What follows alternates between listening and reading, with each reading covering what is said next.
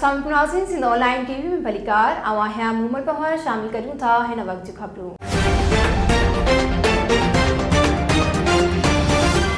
नाज़रीन, ठट्टो public health खाते जे अमलदारनि जी नाअहलीअ जो चिटो सबूत मीरपुर बठोरो जे हज़ारे शहरनि खे पीअण जो पाणी फराहम कंदड़ वाटर सप्लाई जे तलाउ मां कुझु माण्हुनि पारां गॾहनि ज़रिए मिटी खणण सबबि तलाउ खे मुख़्तलिफ़ हंधनि वटां वॾा खॾा पइजी विया आहिनि। सिंध ऑनलाइन टीवी ठट्टो सिजावल जे ब्यूरो चीफ दरिया खान खुश्क जी ख़बर मूजिब पब्लिक हेल्थ खाते जे अमलदारनि पारां तलाउ में अॻुवाट पाणी जमा न कराइण सबबि तलाउ मां पाणी मुकमल तौर ते ख़त्म थियण करे गुज़िरियल कुझु ॾींहनि खां पीअण जे पाणी जो वॾो बहिरान पैदा थी वियो आहे, जंहिं करे हज़ारे शहरी पीअण जे पाणीअ जी लप लाइ बि परेशान आहिनि। शहरियुनि सिंध हुकूमत जे अख़्तियारनि खां पब्लिक हेल्थ खाते जी अहिड़ी नाअहली जो नोटिस वठी पब्लिक हेल्थ खाते जे इंजीनियर खे हटाए पाणी खोट ख़त्म करण जो मुतालबो कयो आहे।